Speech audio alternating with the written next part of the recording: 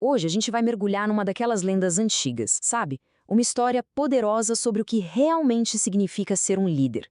Vamos descobrir juntos como Xangô se tornou o grande rei de Oió. Preparem-se porque essa é uma jornada sobre destino, fé e principalmente sobre o poder da generosidade.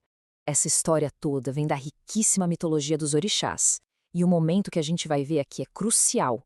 É um Xangô antes de ser o Xangô que conhecemos, o rei do trovão e da justiça.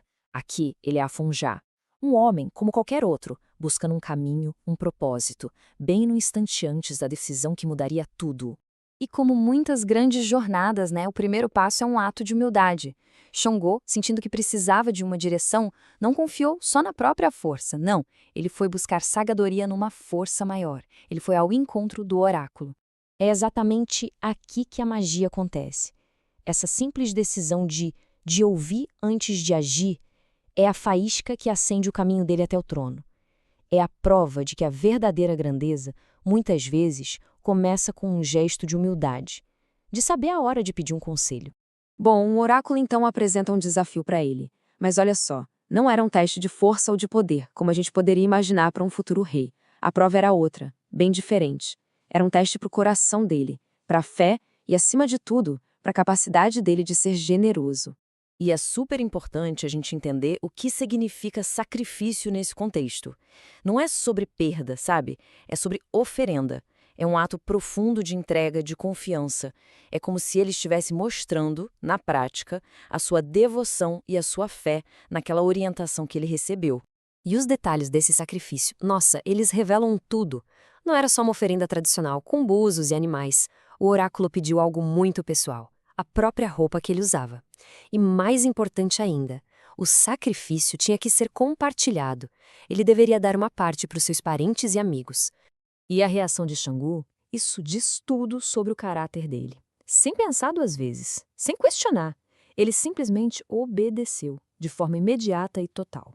Esse ato de fé pura não só mostra a devoção dele, mas prova que ele era, de fato, digno da grandeza que o esperava. E é aqui que a história dá uma virada fascinante.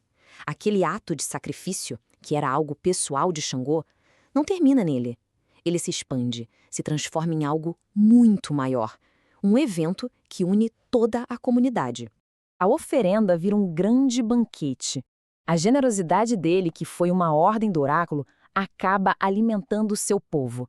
Imagina só a cena. Uma festa, todo mundo comendo, bebendo, cantando junto. O sacrifício de um único homem se tornou a alegria de muita gente. E foi ali, no meio daquela festa, daquela partilha, que o destino de todos começou a ser redesenhado. O banquete estava chegando ao fim, mas uma nova era, essa estava só começando. De repente, com o coração e a barriga cheios, uma pergunta surge no meio do povo. E aí, quem vai ser nosso rei?